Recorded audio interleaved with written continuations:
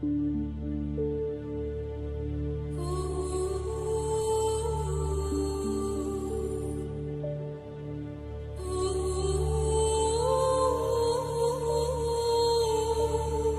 morning, good afternoon, good evening, salam, wherever you're sitting in the world, wherever you're watching us from. I'm sitting in France, so bonjour everyone. Welcome to MACFEST 2023. My name is Katarzyna. I'm a member of the MACFEST team. Today we've got an exciting event together with the Manchester Literary and Philosophical Society about kindness, integrity, and leadership. And before I introduce today's host, I will let Kezra Shiraz, the writer and the founder and executive director of MACFEST, say a few words. Over to you, Kezra. Thank you so much, Katarzyna. Assalamu alaikum, everyone. Good morning, good afternoon, and good evening, wherever you're sitting. Welcome to MACFEST 2023. And you know what? We are now in our very last month, and it's been running since February. So a warm thank you to all of you attending so many of our recent months events.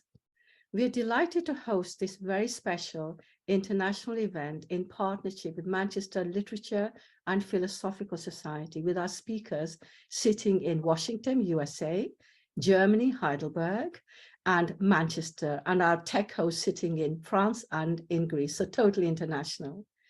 Now, this society is the second oldest learned, prestigious society in the world, and is based in Manchester. And with its creatively curated program of lectures, it has been broadening minds, enlightening, provoking, entertaining, and energizing people with its amazing high-profile series of lectures since 1781. I repeat, 1781. Can you imagine? Over 200 years ago. We are thus very proud indeed to partner with Manchester Literary and Philosophical Society. And I couldn't think of a better fit for our combined event than hosting together our eminent speaker, distinguished Professor Akbar Ahmed. He has been with MACFEST before. In particular, he was our keynote speaker 2 years ago. We are equally honored that Ian Cameron, the president of this society, is actually hosting this panel. So welcome, Ian, and he will be introduced properly by Katarzyna in a minute. Similarly, we're delighted to host Dr. Karen Bucht, sitting in Germany, a dear, dear friend, ardent celebrant of diversity and intercultural learning, and she's been taking part in MACFEST for the last 2 years. Now about our main speaker, Professor Akbar Ahmed. We live in troubled times of warfare, conflict, and divisions. Hence, there is an urgent need for hope, kindness, and a kinder world. And we as individuals should take personal responsibility for this, as well as the leaders. Who better to talk about this than Professor Akbar Ahmed, who has spent his entire life devoted to promoting unity and sharing a vision of a kinder world. Through his scholarly research, books, poetry, plays, documentary films, interfaith dialogue, and in particular, his nuanced, his balanced, and very sane conversation, he promotes a message of hope for us. His stature, his internationally recognized work, and his achievement means that people listen to him. His words are heard, they carry weight, and he's highly respected. You will hear more about his incredible work from Ian Cameron in a minute or two. Thank you, everyone, for joining us from wherever you are. Please do attend our remaining few events left. So thank you, Katarzyna, back to you, and welcome Ian and Karen to our panel. Thank you. Thank you so much, Kezra. So now back to Ian Cameron. Ian is the president of the Manchester Literary and Philosophical Society, which we know as the Manchester Lit and Phil, one of the UK's oldest learned societies. He is a chartered civil engineer who spent much of his working life delivering large-scale infrastructure projects throughout the Middle East and Africa. He was later chairman and chief exec of a UK engineering consultancy. He had worked as an expert witness in transport planning and engineering, as an independent planning consultant, and as a non-exec chairman and director. And now a message to our audience. Please share your comments, share your thoughts, and any questions you might have. You can put them all in the chat for us or in the Q&A portal. And let us know where you're watching us from. On behalf of MACFEST, let me thank you for your generous donations. They help us very much to set up all these wonderful events for you. Most of them are free. As Kezra said, there are still a few remaining for MACFEST 2023, and we are planning more for you for MACFEST 2024. So the links to donation are on MACFEST website. Subscribe to our newsletter. We will be sharing memories from MACFEST 2023 and some exciting updates on the 2024 festival. And please follow MACFEST and Muslim Women's Arts Foundation on our social media. We're on Facebook, Instagram, Twitter, LinkedIn, and TikTok. And do use our hashtag #SpreadHoney, So thank you very much, and over to you, Ian. Thank you so much, Katarzyna. I hope I got the pronunciation right. And thanks to Kezra for that warm introduction and for this fantastic opportunity to collaborate with MACFEST. It was always going to be a delight, but hearing today that MACFEST have now been identified as the Community Group of the Year, it's even more impressive. As you say, Kezra, and Katarzyna, the Lit Phil is an old institution, 1781. We're over 240 years old, and it's quite an honour to be chosen to be the president of this organisation. We've had a string of eminent presidents and leaders over the years, from John Dalton to Alan Turing in more recent times. It's an absolute privilege to be following in the steps of such great people with such a venerable and respected institution.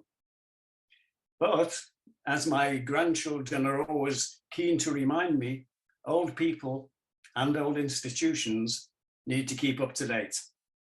We need to keep evolving, and we need to stay relevant for the current generation. And what better way to do that than collaborations such as this one with MACFEST? It's a fantastic, young, growing, exuberant society. That's a credit to Kezra and to her team. So thank you again for this exciting opportunity to be part of an event which is going out worldwide, and I'm sure we're all going to enjoy. So, kindness and integrity, leadership in a troubled world. I can't imagine a better topic to start this process. We have eminent and well-qualified speakers, as you've heard, Professor Akbar Ahmed and Professor Karen Vogt. They'll each be making a presentation from their different perspectives. We'll have some periods of discussion, and followed by a Q&A with you, our international audience. So please submit your questions as they come to you using the on-screen facility. And let's make a start by handing over to Professor Akbar Ahmed, and we listen with interest to what you have to say, Professor. Thank you, Ian. Thank you so much, Kezra, for that very warm introduction. I would like to thank President Cameron, Dr. Khaldun, and the venerable society they represent, Professor Karen in Germany, the MACFEST team, and of course the inimitable and marvelous Kezra Shiraz, and welcome all of those who have joined us today. I'm honored and delighted to be speaking today from Washington, DC. So let's start by congratulating MACFEST again for the award they've just won, but also for selecting the subject and title of our session today, kindness, leadership, the state of our world, and the attempt at joining these dots. And MACFEST is truly a champion of kindness and peace. And we really should be thanking them for what they do. It's a grand and good topic. So let me start by sharing a story. Let me take you back.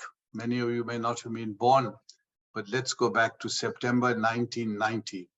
I had just arrived in the United Kingdom. I had taken over what was called the Pakistan chair at Cambridge University. And there was the drumbeat of war already on the horizon. The Iraq war was about to start. There was Islamophobia in the air. And Islam was associated broadly in the media. It hadn't become a torrent, but it was associated. Remember, the Salman Rushdie crisis had already erupted a year earlier, or 2 years earlier. So Islam was associated with violence, with burning books, with jihad, with multiple wives and so on. So when I was invited to speak at the Royal Anthropological Institute in London and speak to Her Royal Highness Princess Diana, I was left wondering, sitting in Cambridge, wondering how I start this talk. Do I give her a political talk, a theological talk, international affairs? And just think to yourself, if you are asked to give a talk like this, how would you start the talk? So I decided to pick up the theme of kindness linked to leadership. And for me, of course, the story goes back to the example of the Holy Prophet of Islam, on whom we Muslims say peace and blessings. And in the Quran, of course, he is called Rahmat al-Alameen, which means mercy unto mankind.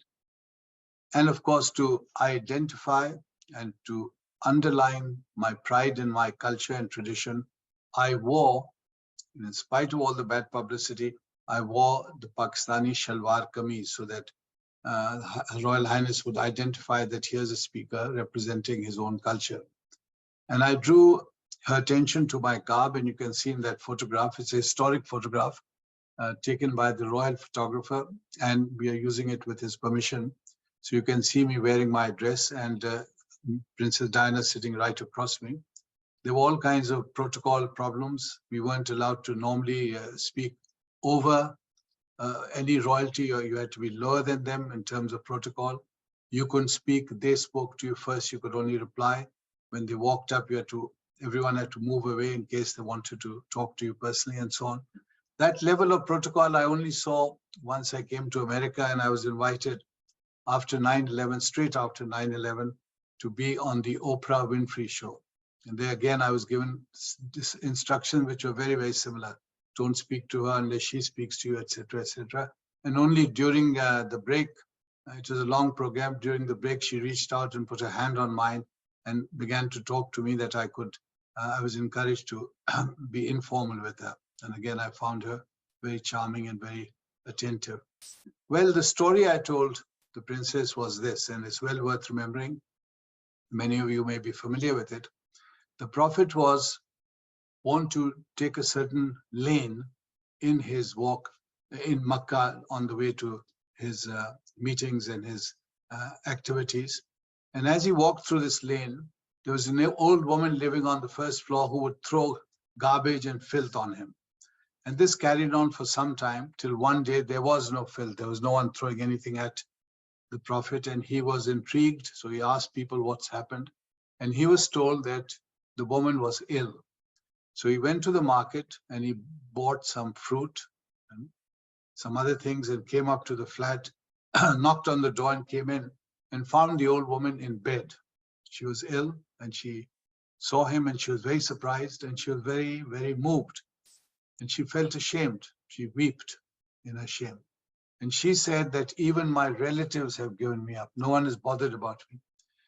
And yet you are a man I've abused so long, and you have responded with so much kindness.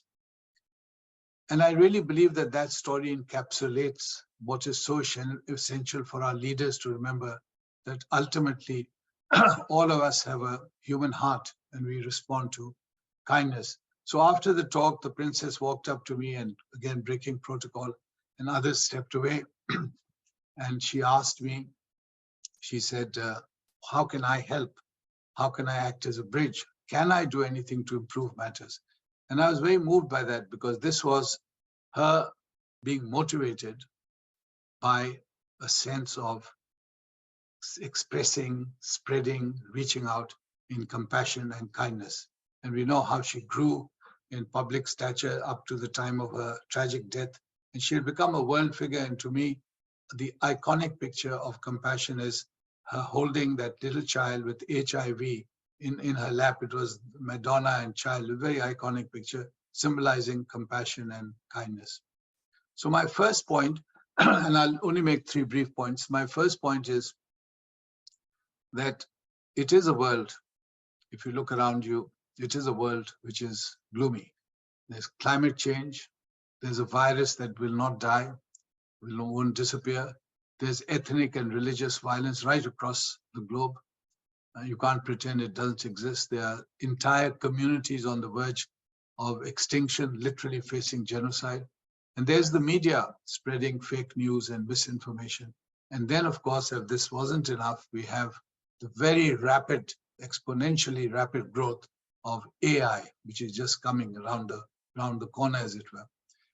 And therefore, when we read books about the state of our world, it's not surprising that the gurus, whether in America you have celebrity figures like the Reverend Chris Hedges, or in Britain, Professor Neil Ferguson, very well-known figures, their books are full of titles like America, the Farewell Tour, or for Ferguson's new book, Doom. Bernard-Henri Lévy in France dismisses this age we live in as the age of madness. To him, this is a mad age. Scholars like Jordan Peterson, Noam Chomsky, Professor Dawkins, they all present what is essentially a fatalistic, pessimistic nature of our world.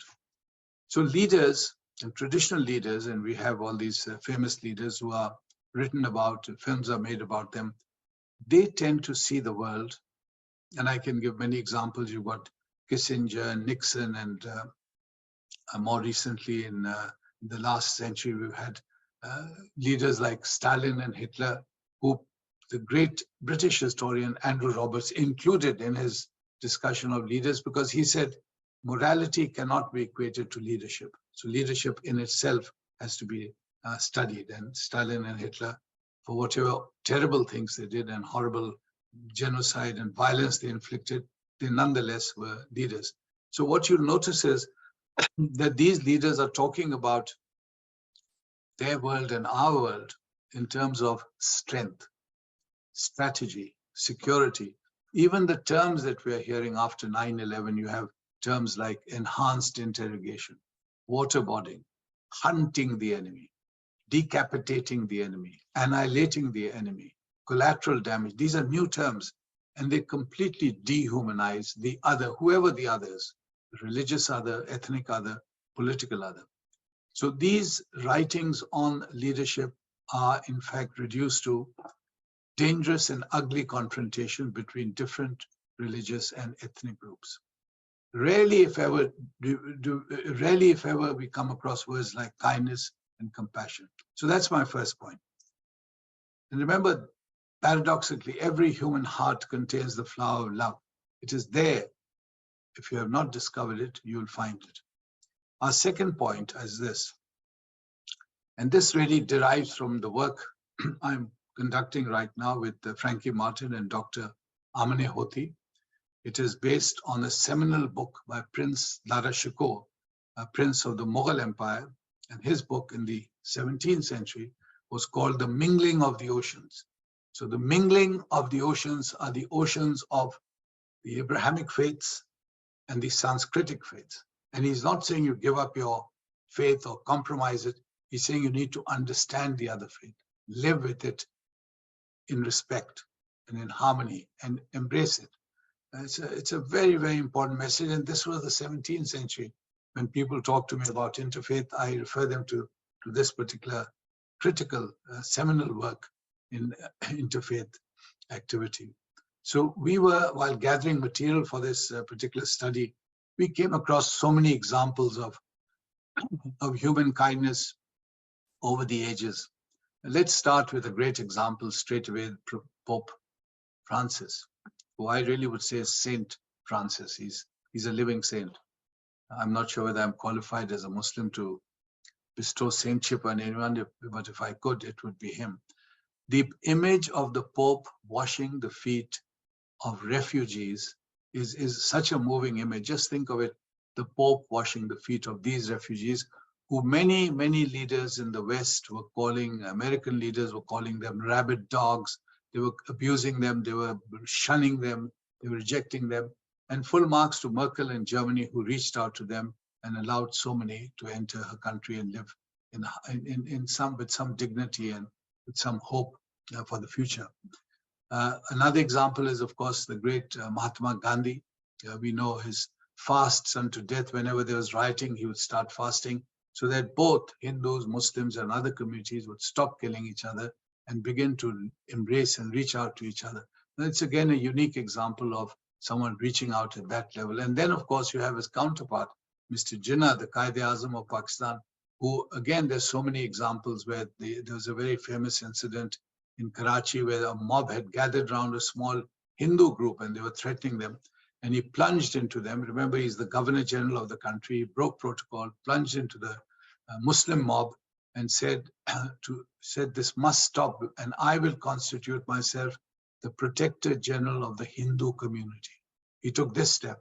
And then, of course, he spent his last Christmas with the Christian community in Karachi, again signifying special attention to minorities. We have examples from our history of kindness. Hazrat Ali, the great fourth Caliph of Islam, there was an assassination attempt on him. The assassin used a poison dagger. So the poison spread through his body. It was very painful. He's lying on his deathbed and he looks up and he sees that the prisoner's tied up very tightly. He's in obvious pain. He's obviously not being given any water or food to drink or eat. And he tells his people, he says, loosen his knots and get him water. And just before he dies, he says, I forgive you. These are superhuman examples of kindness. We have the example of Moses, the prophet Moses, and the shepherd, which is a great story. I got it from Rumi, but it's also in the Judaic tradition, as my friend Senior Rabbi Lustig of Washington informed me. Then there's the example of Akbar the Great. Now, you may say, why are we quoting Akbar the Great? Well, this is one of the mightiest emperors of history. Akbar, in his heyday, had an army which was unmatched. India then had a GDP of almost 1/4 of the world, or more than that, of the entire world's GDP. And he was ruling a society full of Hindus and Muslims and Jains, Christians. And here's Akbar. Now, I want you to listen carefully to his words. You're actually hearing Akbar's words because this is recorded in he had the N-e-Akbari, which means the diary of Akbar. So as he's talking, they're being recorded and we're hearing them. So he says, it is my duty to be in good understanding with all men. If they walk in the way of God's will, interference with them would be itself reprehensible. And if otherwise, they are under the malady of ignorance, they deserve my compassion. So if they are on the right path, do not even interfere with them. If they are ignorant, and he calls it a malady, he says they deserve compassion, nothing else. This is a man, remember, who has an army with 50,000 armored elephants. They were like tanks in those days. This is a man who starts the Ibadat Khana, a special place in his palace in his new city, Fatehpur Sikri, in which the only function of this was to gather and invite leading scholars and Christians, Jews, Hindus to come and talk about their religion and try to explain religion to each other. We know that the last line of the Ramayana, the great Sanskritic text, has the word love. So the last word has love in it. We know about Abraham, about Moses, their repeated message again and again of kindness to strangers. The famous quote that you have to be kind because people were kind to us. We know of Jesus, that incredible statement of he's on the cross, he's been attacked, humiliated, jabbed by spears, and he looks up to heaven. And people the Roman soldiers may have thought he's going to invoke his God to come and send bolts of thunder and lightning against us. But he says, no, forgive them, for they know not what they do.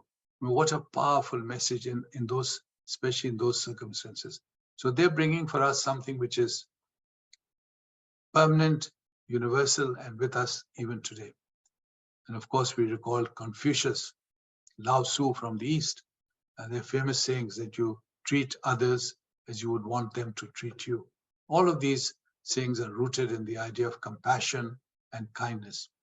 So my third and final point, how do we apply these ideas? They're all very grand ideas. We know about them. There's nothing really new about this.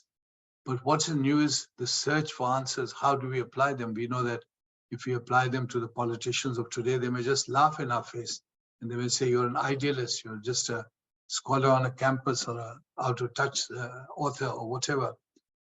We mustn't lose hope. We must hold on to what is of valuable and what is of value to the human race. On a personal level, each one of you can remember the number of times people have been kind to you.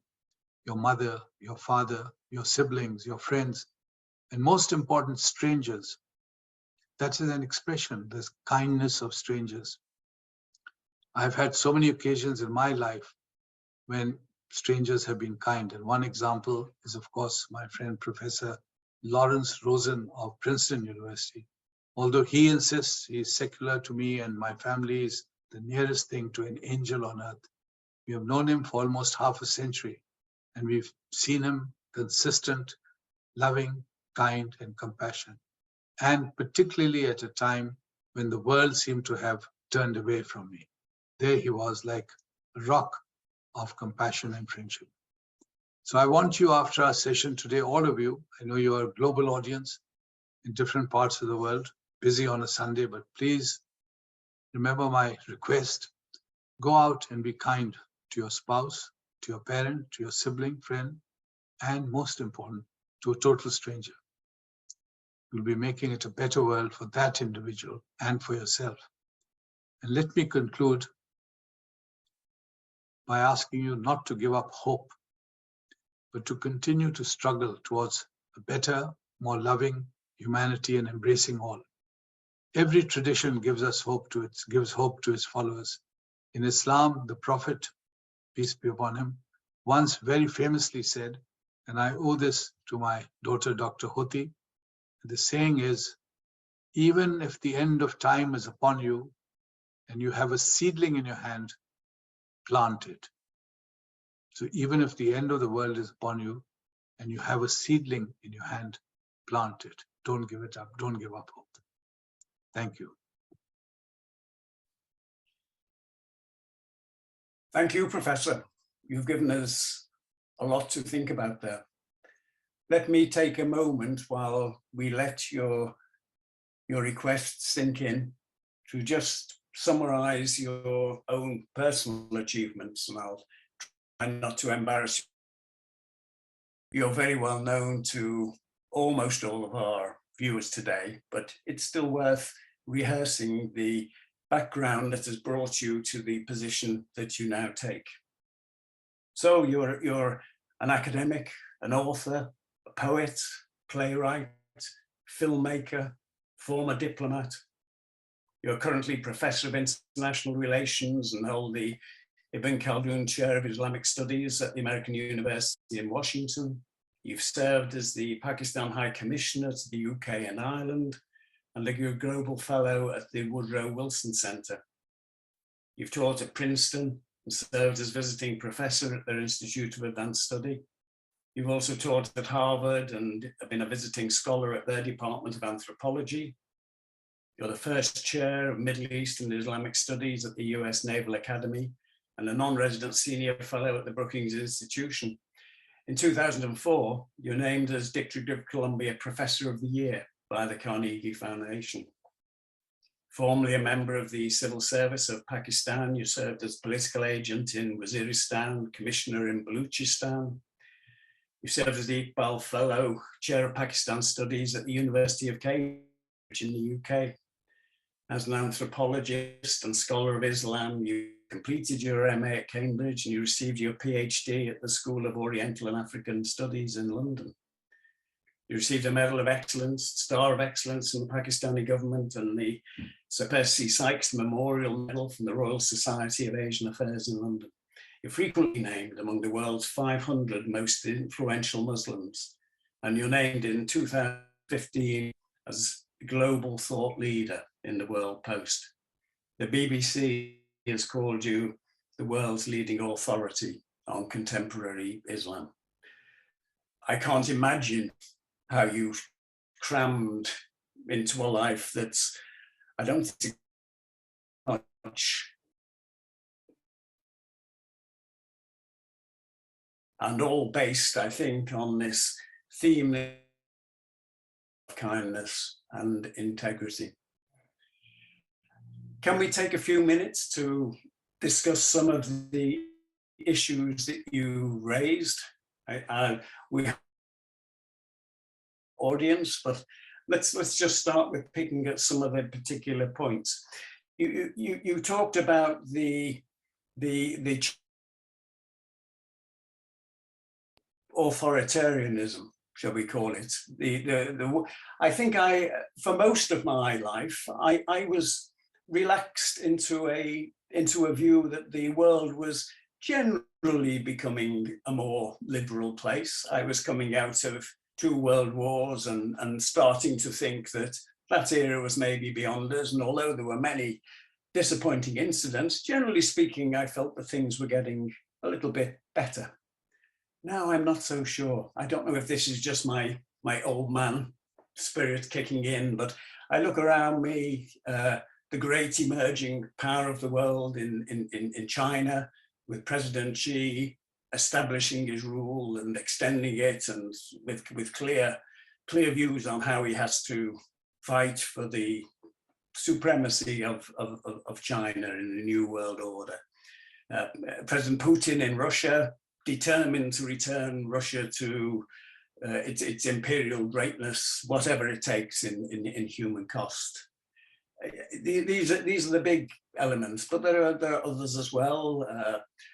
President Erdogan in Turkey, recently re-elected, and it's a man with clear views of how he wants to change the nature of the country.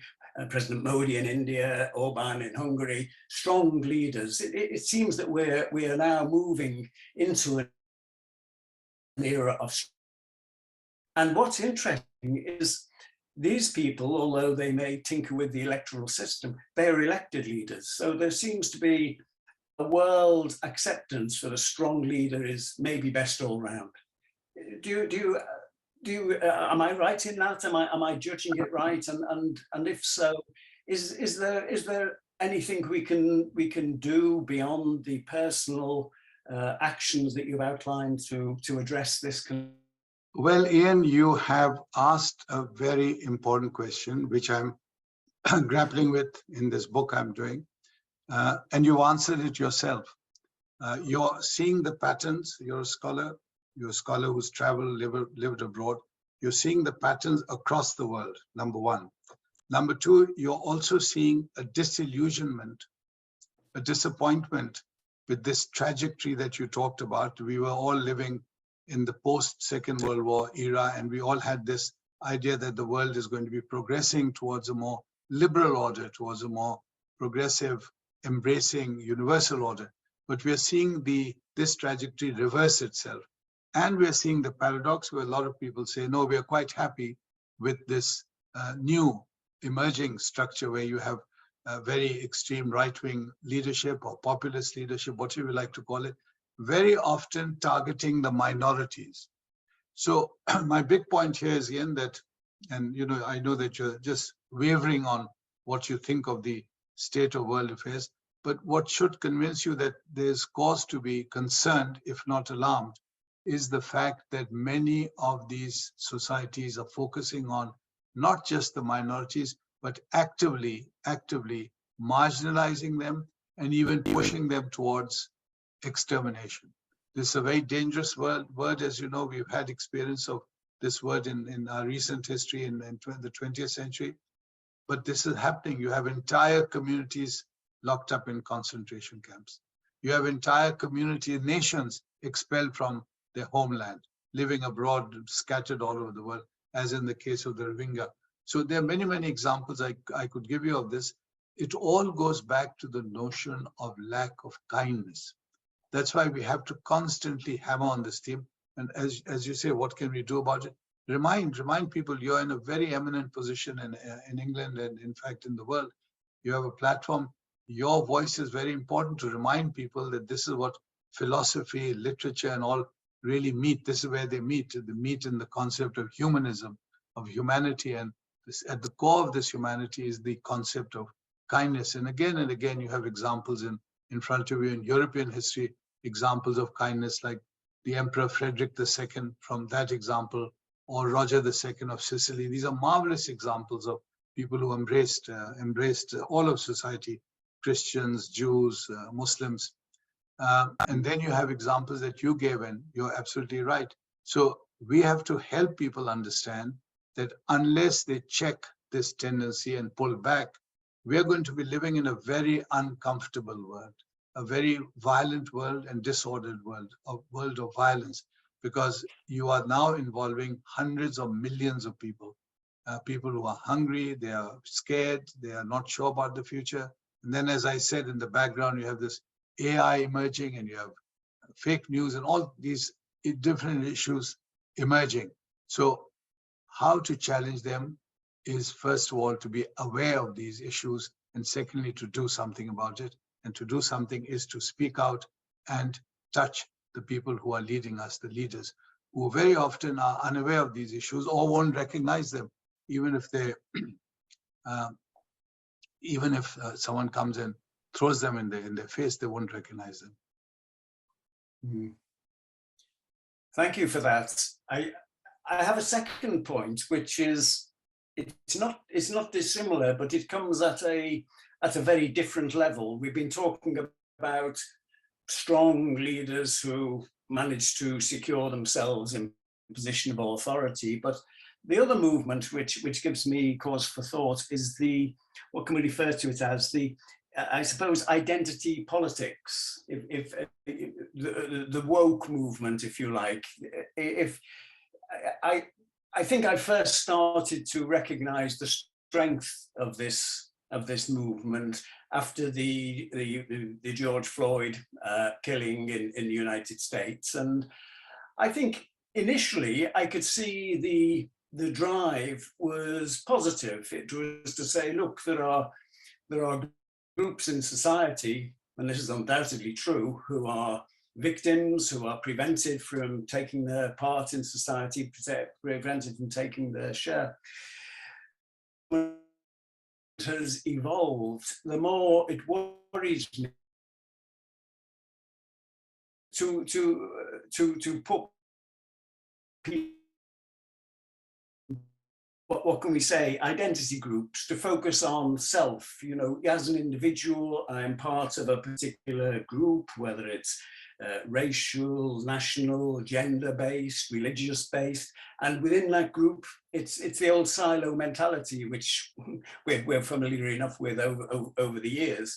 And I think the sadness of it is that desire to protect your group then creates barriers with other groups, and it becomes, you know, a group versus group situation, and that worries me. I've been lucky enough, like you, to work in many parts of the world, and the great pleasure of that is you meet all kinds of people, different social status, different jobs, different belief systems, different politics, and the pleasure of it is to understand their thinking. You may not agree with them, of course, you may violently disagree. I lived in apartheid South Africa for some time, and you can imagine that was quite a challenge, but at least we could talk. And now it just seems as though we're drifting into these silos. What do you think? I agree, Ian, that there is a danger that when you are locked into a silo, then you only see the world through that prism. At the same time, we must understand that many of these forces that we are hearing, sometimes for the first time, a lot of people haven't heard these voices before, like Black Lives Matter and so on. They really have a historical grievance which we need to understand, and we need to understand the enormous, what Jefferson called the original sin that was committed against that people. And how do we compensate? How do we apply the balm? How do we recompense them for that terrible experience that they went through historically? Now, at the same time, every community, and again, I'm saying this after some study, that almost every community in its own way has had different experiences of being brutalized or being sacrificed or being exploited. So it's very interesting because one community may be in one place the exploiter and in another place the exploited. For example, let's take the Christian community. Now, in many parts of the African Asian societies and the African Asian world, you'll have people saying the Christians came and colonized us in the 19th and 20th century and so on. But now you reverse this. Today, Christians in Egypt or Christians in Pakistan sometimes have a very tough time. They're not all the time, but sometimes they do. And even in India now, their churches being burnt and Christians being killed in Manipur right now as we speak. So you have a reversal of this equation between the majority and the minority. So we need to be very sensitive that those Christians who think that they're a majority in Europe, in the West, in the United States, need to understand that their fellow religionists, their fellow brethren are in the opposite position, opposite situation elsewhere. So I find this very often in my own case when I speak at a synagogue or a church here in America. Very often people will say to me, yes, this is all very well, but how come your Muslims are suppressing Christians in Pakistan or in Egypt? So again, I feel that Muslims very often don't realize that while they can complain about mosques being attacked or Muslims, women wearing a hijab being attacked in the West, Christians in the Muslim world are facing similar prejudice against them. So we all have to understand that we are all in the same boat, that we are the same human beings. And that is why, Ian, I really believe that we have to, scholars, philosophers, thinkers like you, have to project the idea that these are universal values, the values I've tried to point out. And we have many, many examples of this in the book we are working on. If you can underline that these are examples that are universal, they go right across, horizontally and vertically in history, right back in history. And again, times may change, technology may change, but the value of kindness, of human compassion are at the core of their message, and they remain with us. So if that is the case, then we should be constantly aiming to develop these values, and that, I believe, can overcome, because then you have empathy, then you can understand. So even a person who doesn't have, for example, much understanding of African American history in the United States will be able to sympathize, even if he's a Caucasian, that there was a history, that there was a great evil, a great crime committed. Just the fact that these people were picked up from their homes and brought across to become slaves for them and work for them without payment, in very cruel conditions. I conducted a study called Journey into America, where we came face to face with many, many of these communities and learned some of these horror stories. And yet there's this gap, there's this ignorance. And one thing that the Black Lives Movement has done is to make people aware of it. And I think this awareness is the first step towards understanding.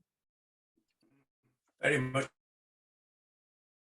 We're interestingly at the Lit Phil, we've into our own links, because going back to 1780s, and living in Manchester, which was a centre of the cotton trade, cotton manufacturing. Where did the cotton come from? The United States and slavery.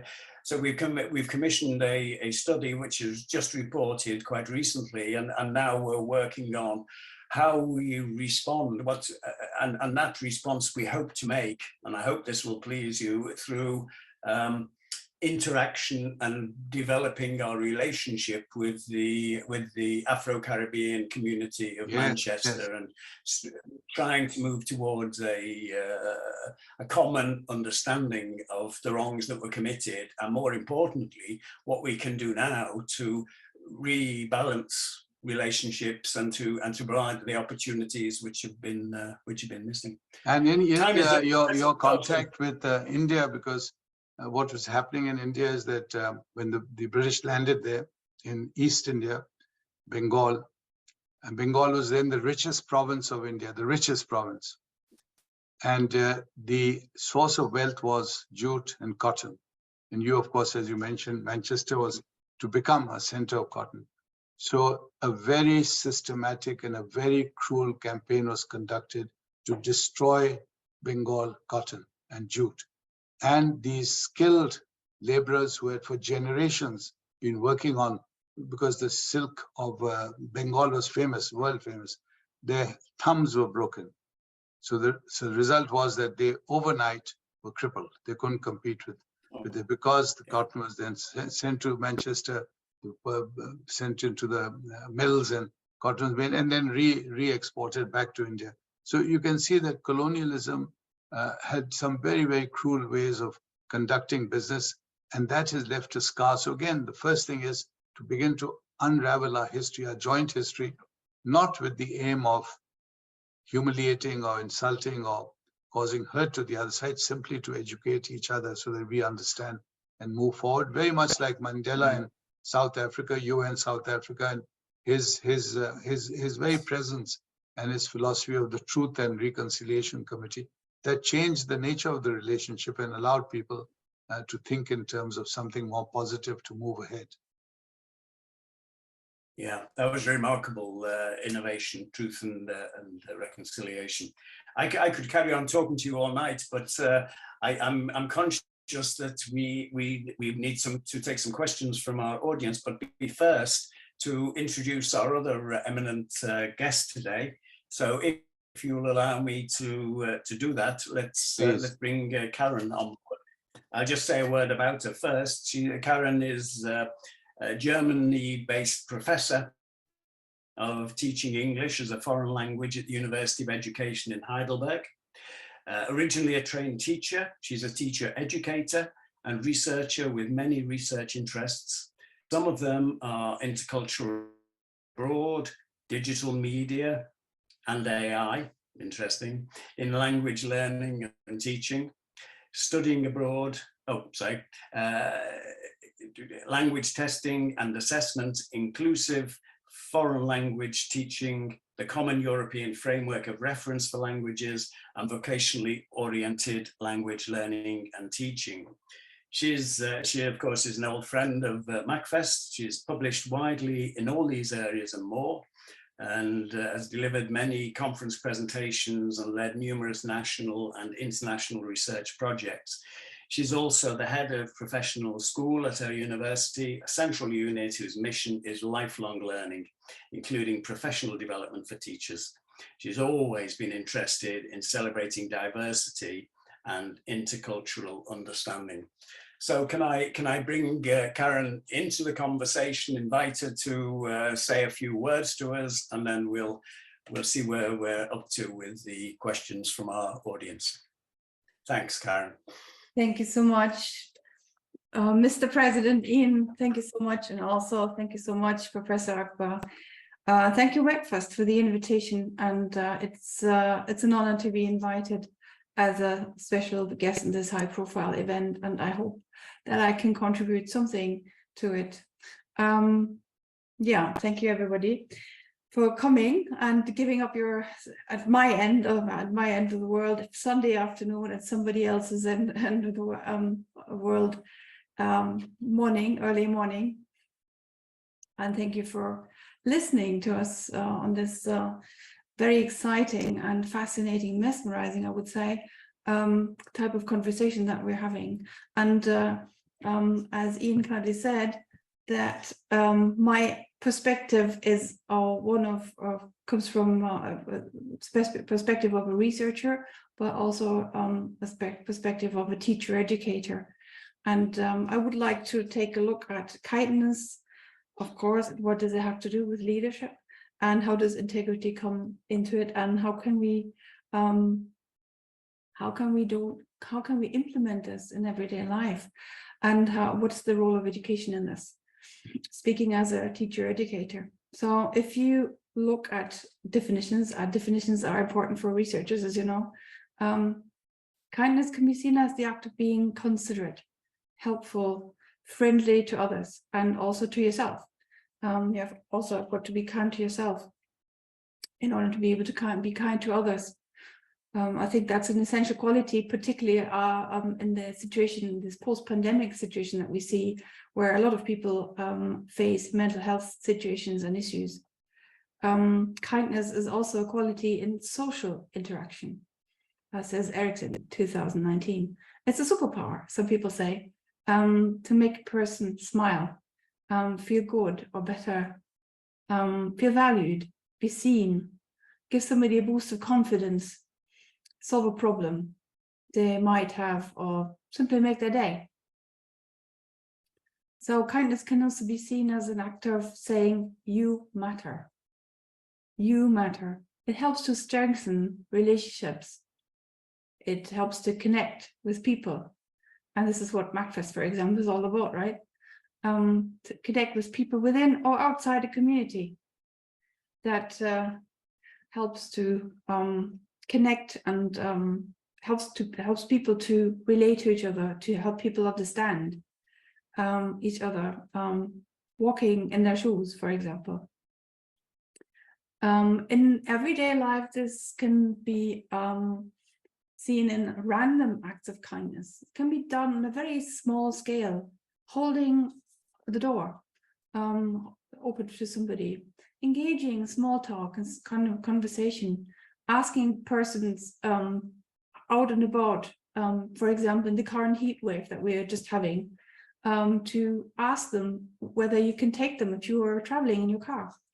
So these would be a random acts of kindness that everybody can do, and everybody can be active and become involved here. Kindness has nothing to do with weakness. Some people, particularly those leaders who base their leadership on violence, on so-called strength, power, misuse of power, might look at kindness as a thing that is somebody for people who are weak. It's nothing to do with weakness. On the contrary, to be kind, you need inner confidence and strength of character. And these are qualities that we usually attribute to good leaders. So kindness and leadership do seem to go together. Good leadership. I'm talking about good leadership, positive leadership. So let's take a look at leadership and its 21st century interpretation, which is, as we've just heard, maybe not so 21st century at all, and not so new after all, because it's a kind of unique, timeless quality. And leadership, I think we also have to question our maybe everyday assumptions about leadership. It doesn't mean that somebody has a top professional managerial position. This hierarchical perspective that seems somewhat outdated in the 21st century setting and doesn't really reflect the complexities of the 21st century with its urgent problems to be overcome. Climate change, conflicts everywhere, the long-term effects of the COVID crisis, war in Ukraine and other places. This multi-crisis situation that necessitates that everyone does their part. Everyone has to do their bit. But how? If you say, I'm just a simple person, maybe just a teacher or an educator, I'm just an everyday person. How can I do that without being a top? You don't have to be a top leader in terms of top manager, telling the others what to do. That's not necessary. Leadership has many faces, and the attributes that leaders have are rather universal. They can be a selector, they can be a connector, they can be a problem solver, evaluator, they can be a negotiator, they can be a healer, they can be a protector and a synergizer, and other roles, not all at once, of course. Leaders can also take different roles, for example, organizational roles, according to their own strengths. Strategic roles, interpersonal, adaptive roles, motivational roles, they can be motivators, instructional roles, and leadership contribution might consist of one role. And it might not be that obvious with one person as the leader, making others follow. Many teachers actually are leaders but they are leaders in a different way. Why is that? They actually lead from behind, quietly. They keep an eye on, for example, their learners and help them excel. And this is not just a quality for teachers, although many teachers actually practice it. Many good teachers do practice this. And I would like to celebrate teachers at this point, because you deserve celebrations, because many of you have done terrific jobs, have gone out of your ways during the pandemic and then afterwards as well, and still to this very day. So I would like to celebrate teachers everywhere who have done that and have gone to great lengths to do this, and have led from behind. So they keep an eye on, for example, their learners. They help them excel. And in this, relationships are important. They're not just for teachers, but universally. In a thriving community, people look after each other. They develop, they nurture relationships, and they help each other. And this is closely connected again with this universal quality of kindness. Leaders also have the big picture, as it were. They relate to the system, they try to work out the system and work within the system, but they have a concern for the people involved. And this again is where kindness as a quality of social interaction comes in, and also integrity. So understanding, for example, how decisions are made will help the members of a community understand their community and the system they operate in better. Leadership means bringing people on board. Just like our orchestra, for example, has brought people on board to enhance understanding, to get us all together on this panel and elsewhere. So it means bringing people on board, building on their strengths in a team or in a community of whatever kind. So navigating these systems in a consistent way, guided by our own moral compass, as it were, has something to do with integrity. And integrity can be seen as an ethical value. Of course, it can be seen from very different perspectives. And in ethics, integrity is seen as a value, as a virtue, and as a person with integrity bases their actions on a consistent framework of principles.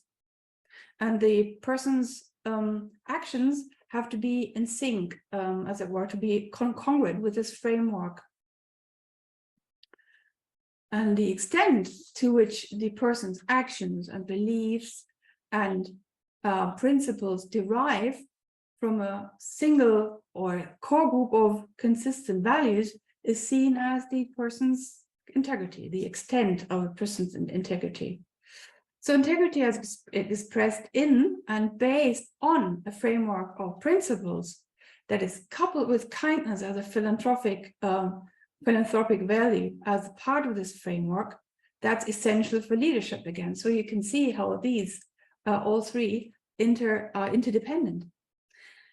I come from education. I'm in teacher education. Actually, more precisely, I'm in language teacher education. And in educational contexts, but also beyond these contexts, of course. But these are the contexts that I'm familiar with. It's about a love of people, a love for people in general. One of my co-supervisors in teaching practice that I supervise called it pedagogical errors. You have to love your learners, and you have to love people in general. It's important for teachers, but also universally it's important. Kindness, and that's the bad news. Kindness, just like integrity, can't be regulated or prescribed. You can't say, okay, today I'm going to teach you how to be kind. But just like integrity, it can be imparted in two ways, directly and indirectly, and by teachers.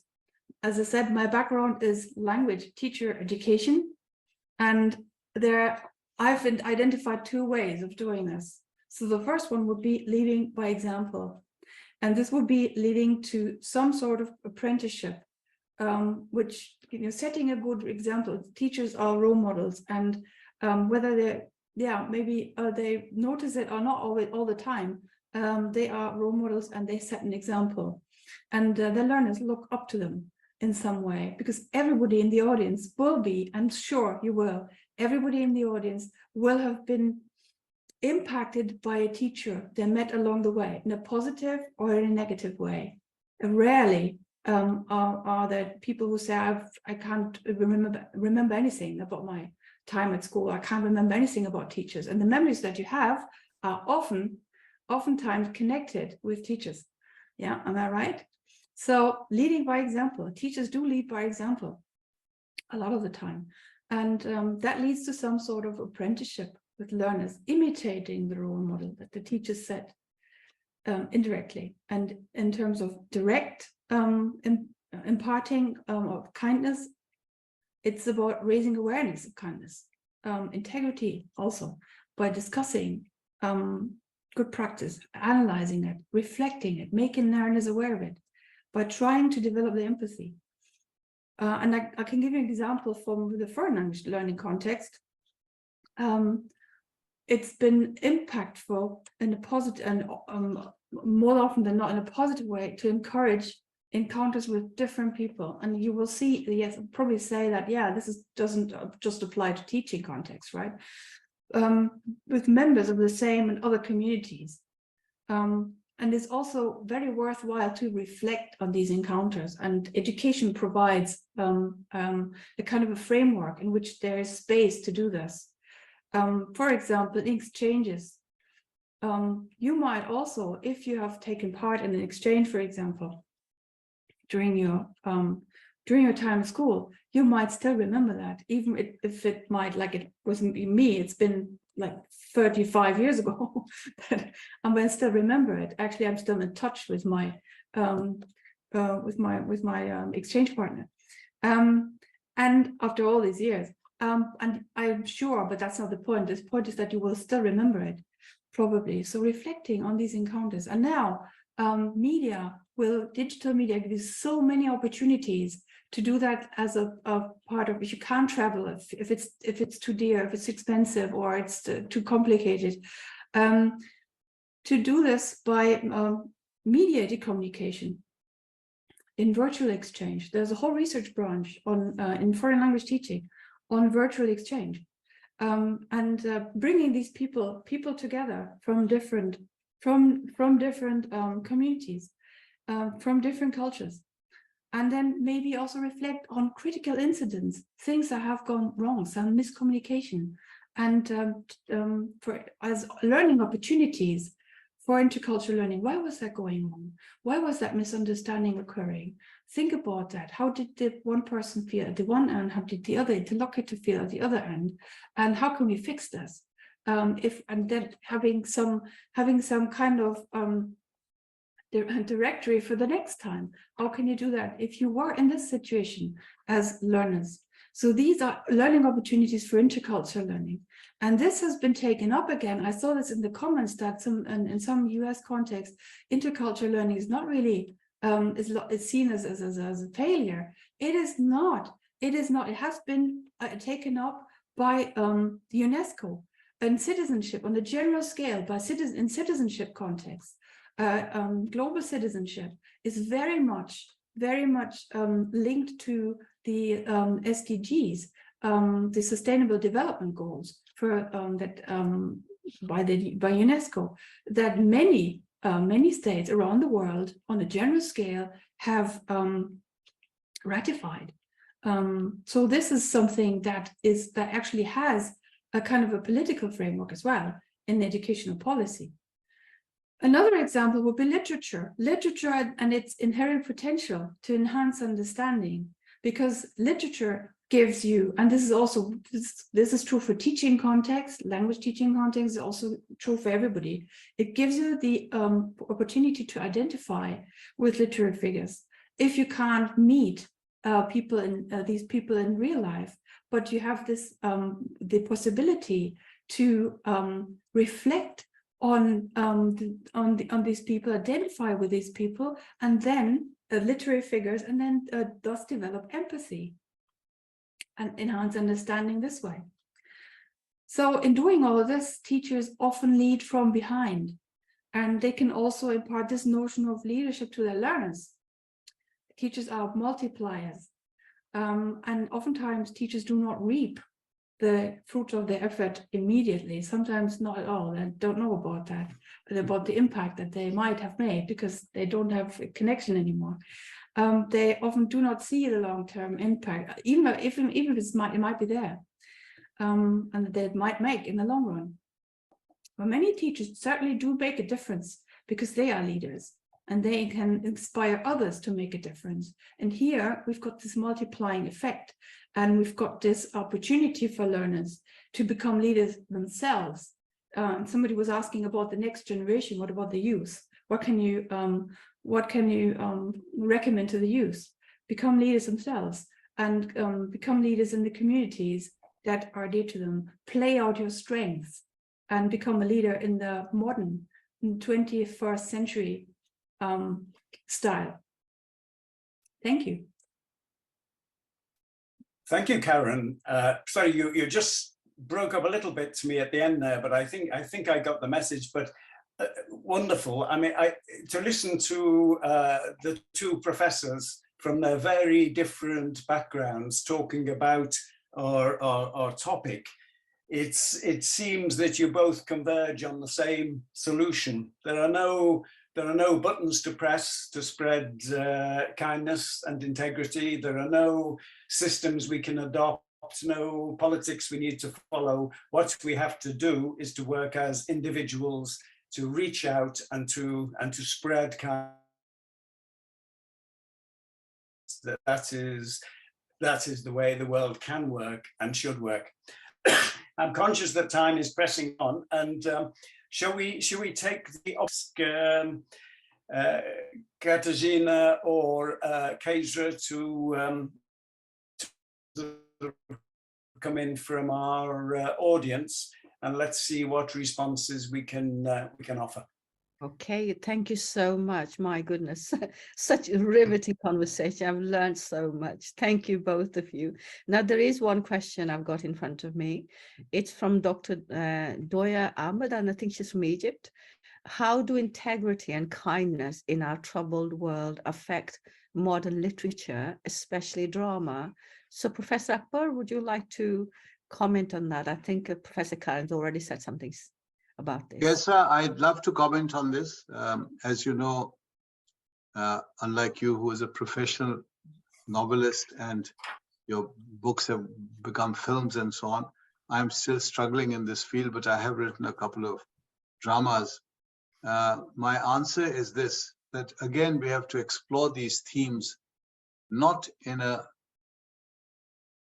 mono sense that only restricted to books or academic papers. We have to explore these themes, for example, in drama. The question is about drama. So my play, my most recent play, is about the great Mahatma Gandhi of India and the great Quaid-e-Azam of Pakistan and their interaction.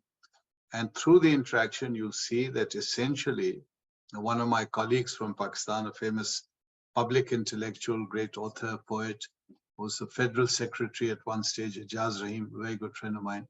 He gave me a blurb for this play, and in it he said, what comes through is that the man in the dhoti, that's the dress the Mahatma used to wear, and the man in the starched suit, that is Mr. Jinnah, was always very impeccably dressed in Western clothes. He said that they are much closer in their thinking than we think. And their focus then is on kindness, understanding, reaching out, and their concern for their communities. So they would like to see their communities being prosperous, being safe, and the larger community living in harmony. This is very important. So again, I explore this in the drama, and you can do it through drama. Again, scholars, activists have to remind our dramatists, our politicians, if possible, sometimes it's not possible in that political environment, that these are values worth fighting for, worth remembering, worth reminding people.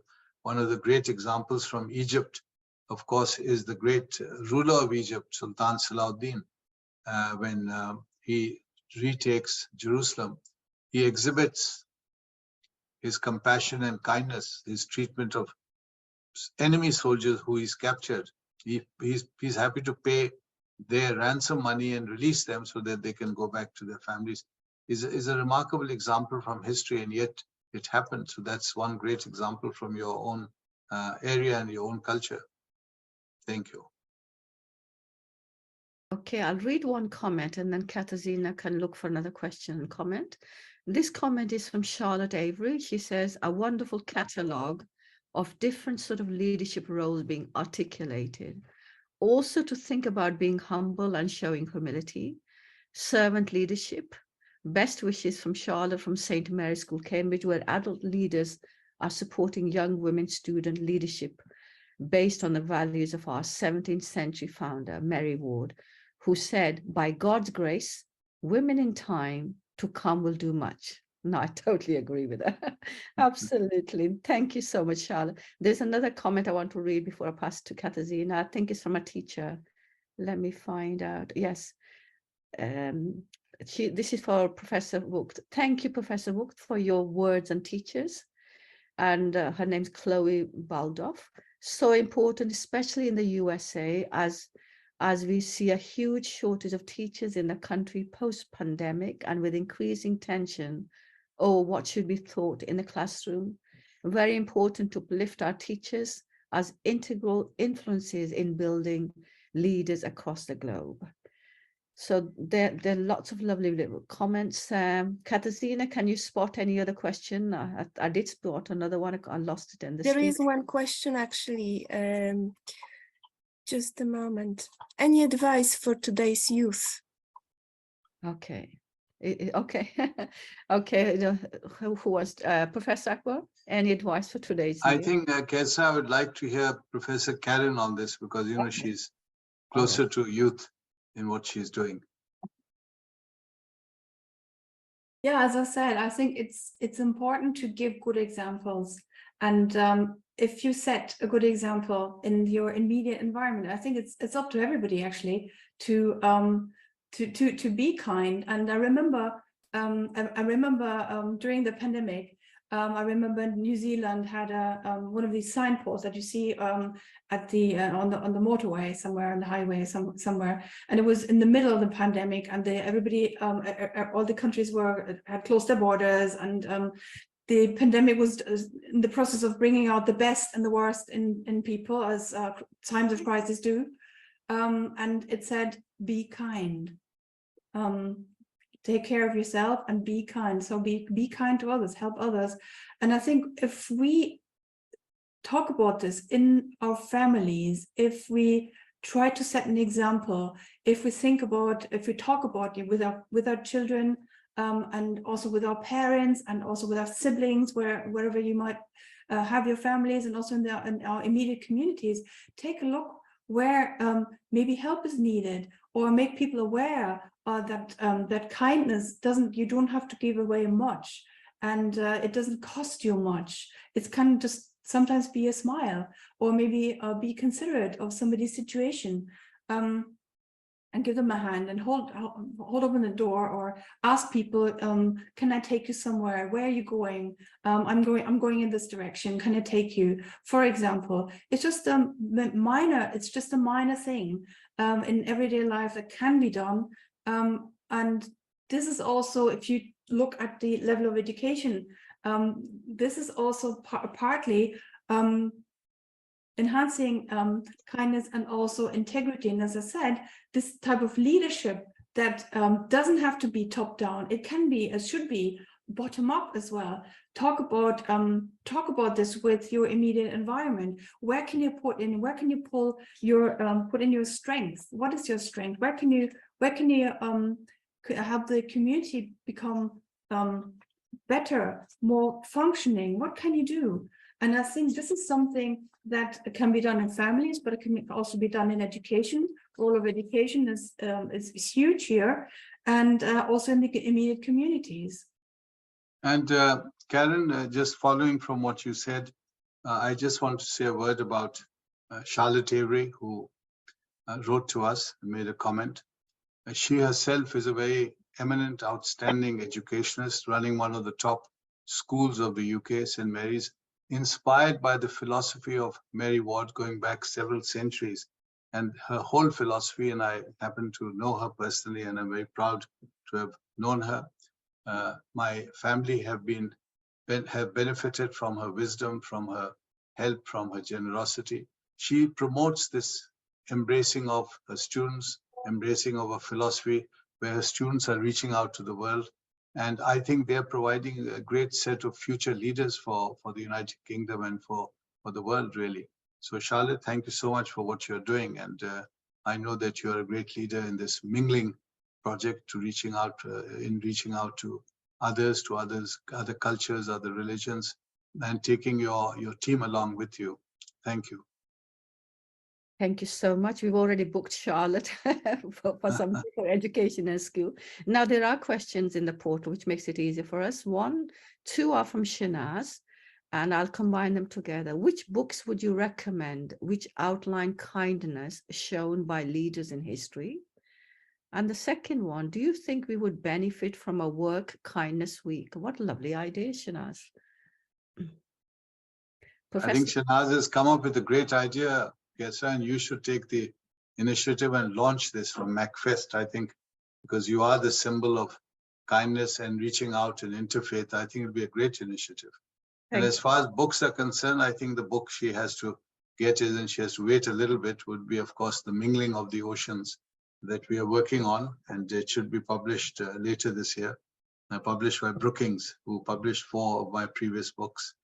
And this one is very specifically on the subject that Shanaz has asked about. Okay, there's another question in the QA portal. This is from Mahindra. Gonçalo Corrali, I hope I've pronounced it correctly. I apologize if I haven't. And the question is this: all religious leaders and founders have inspired people with a message of kindness. In spite of this, the vast numbers of followers, we still see widespread examples of lack of kindness and lack of humanity. Why? Has religion failed? Shall I read it again, or is it okay? Karen, do you want to take a shot? Because I have a comment on this after you. So it's about religious leaders and founders. They've inspired people with a message of kindness. In spite of this, the vast numbers of followers, we still see widespread examples of lack of kindness and lack of humanity. Why is this?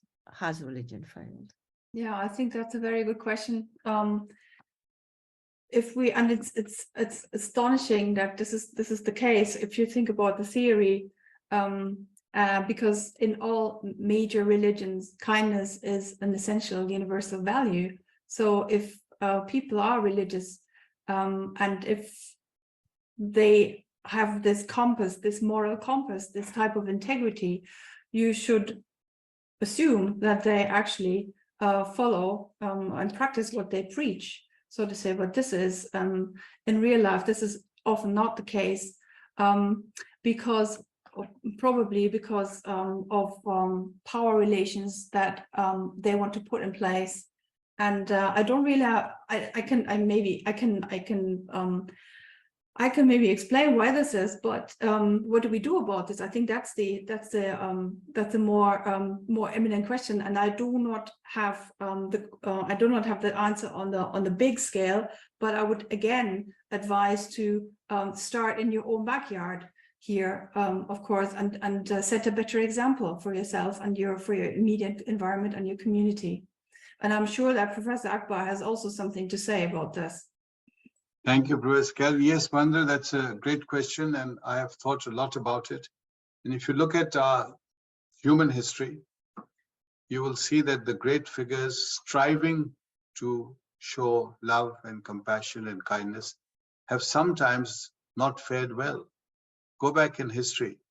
Start with Jesus himself. All Jesus was saying is, I have brought a commandment to love one another.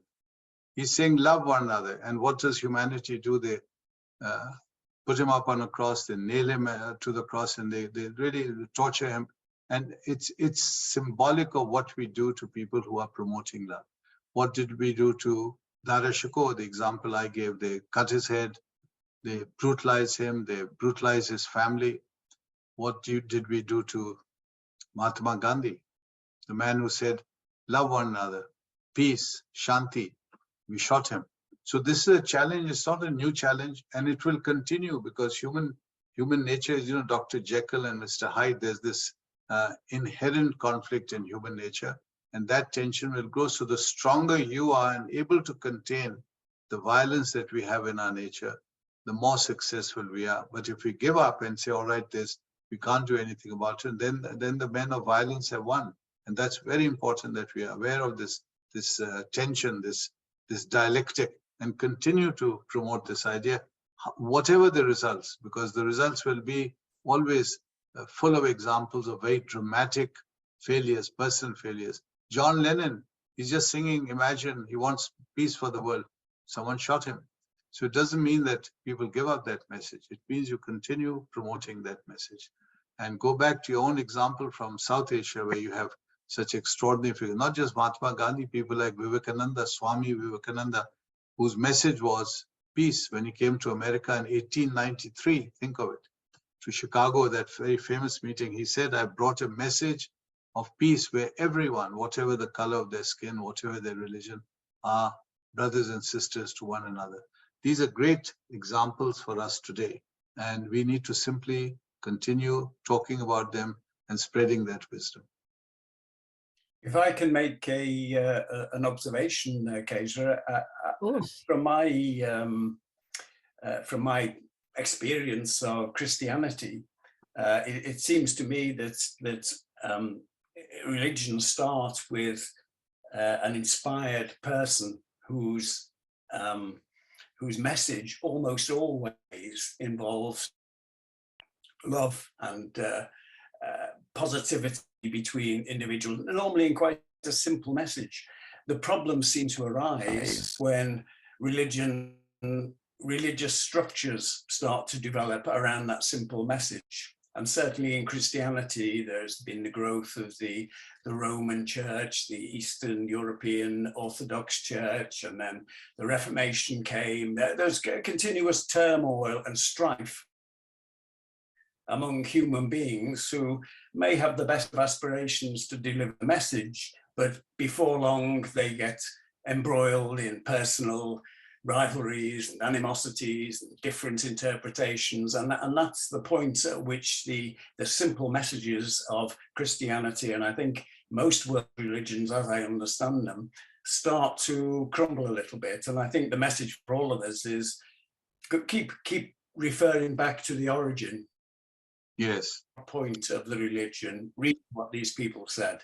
Don't. Yes. You made some nice comments, Professor, about the Pope, and you, of course, these organizations do generate exceptional people in leading roles, but always behind the scenes there's some turmoil. Go back to the origins. Read what the people said in the. And Ian, and you'll be surprised. As an anthropologist, I always rely on evidence. There's theory, and I'm a scholar, so I'm obviously dealing with theory, but then I must support what I say with hard evidence, what we gather from the field. And my education, and that of my wife, and that of my daughter, Dr. Hoti, who you referred to, who's a colleague and a friend of Charlotte's, they were all educated by the Catholic fathers and the Catholic nuns. And we found, Ian, very, very inspiring people who were role models. And we used to talk amongst ourselves, and we used to say, these individuals have left their homes in Europe. They've come to these countries like Pakistan and India, and they've spent years and years. They would have a cycle of 8 years when they won't go home. They live very, very austerely.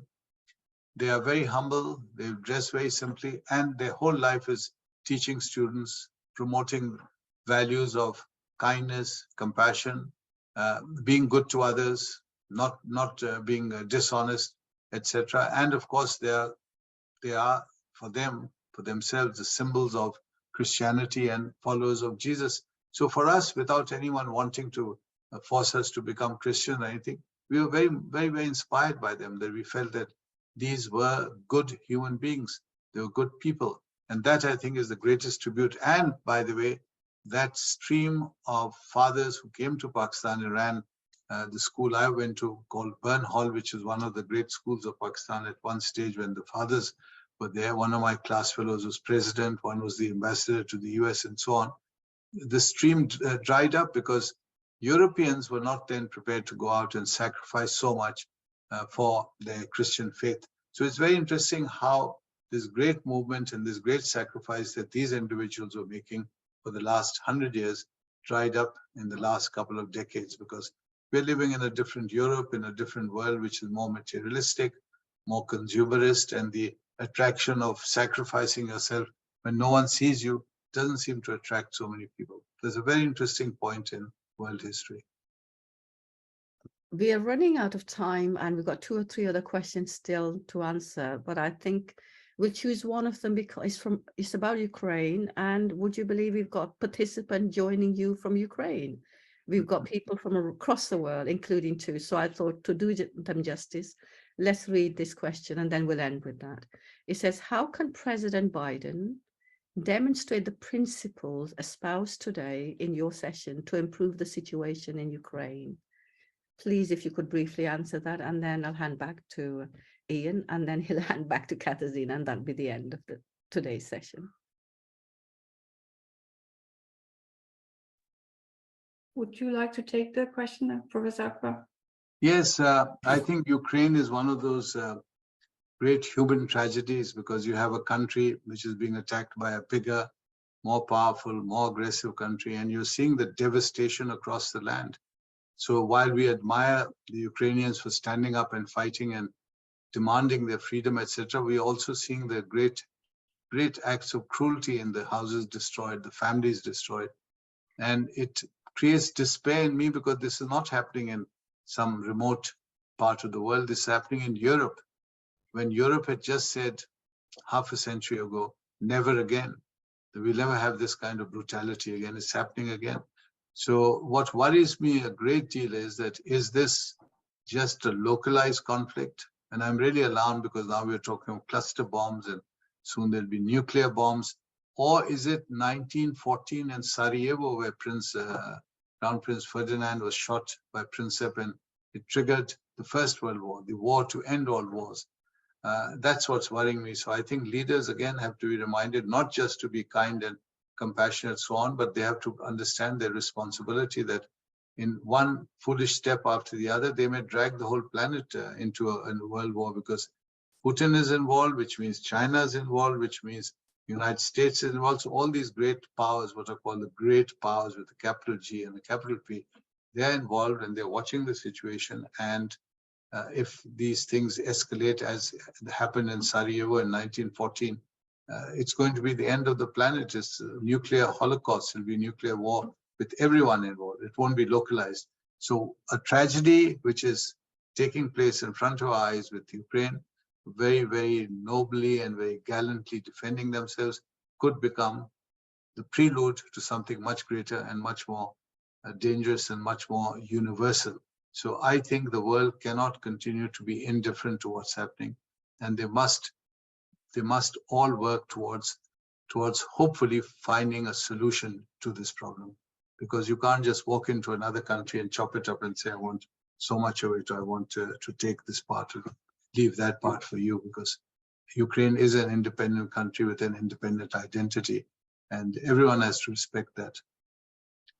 Can I just come in here from from a different perspective, and even on what you were just saying, is that there is a lot of kindness and integrity even within this tragedy. And I can speak from experience. I've got 2 wonderful Ukrainian guest professors, and there are also Ukrainians in the audience that I'm very well acquainted with, who just visited me last week from our partner universities. And I can only speak that for my context, that even in a full-scale tragedy that you just described, there's still kindness, there's still integrity, because there, for example, in my context in Germany, there were so many people who were volunteering when the war started, and took in people, entire families in their private, and welcomed them to their private homes.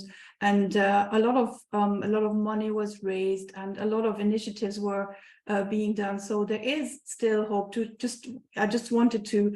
I wanted to end on a positive note. There is still hope. Of course, we have to be vigilant, and we have to fight for our rights, and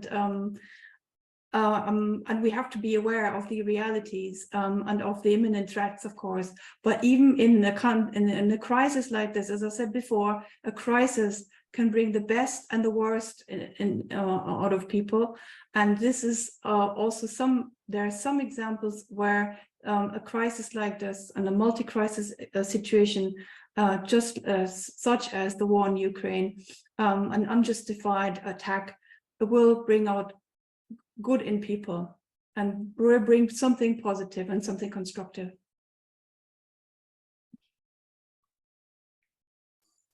Back to you, Ian. Well, thank you, Kezia. Thanks to everybody. It's been a wonderful event. I've been looking forward to it, but honestly, it's exceeded my expectations. It's been an absolute pleasure and, of course, a privilege to take part with such wonderful speakers and for such a wonderful organization as MACFEST. So thanks to Kezia, MACFEST, and the brilliant technical team that have kept it all going in spite of my aging fingers and IT skills. Huge thanks to our two professors, Akbar and Karen, for sharing ideas and really making us think, and more importantly, make us want to take action on what is surely, as we've found out with that last question, this is mission in the world today to spread kindness and integrity.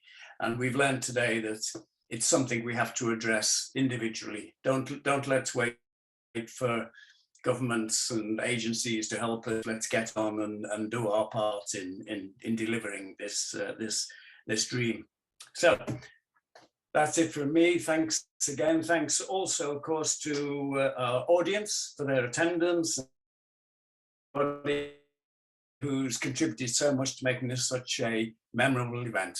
Thank you so much.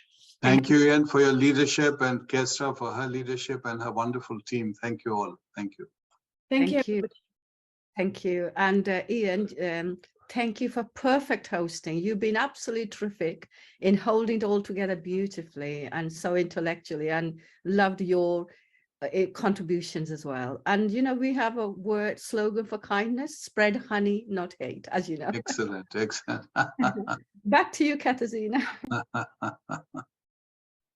Thank you very much to everybody. Thank you to our wonderful panel, and special thanks to our wonderful Steve, who's been all the time in the background, joining us today to support this amazing panel. It's absolutely, such a wonderful session, inspiring session. And I love what Professor Karin said, that kindness is a superpower. In that term, there is a potential for everybody to be a kind of superhero, and it's a choice, okay?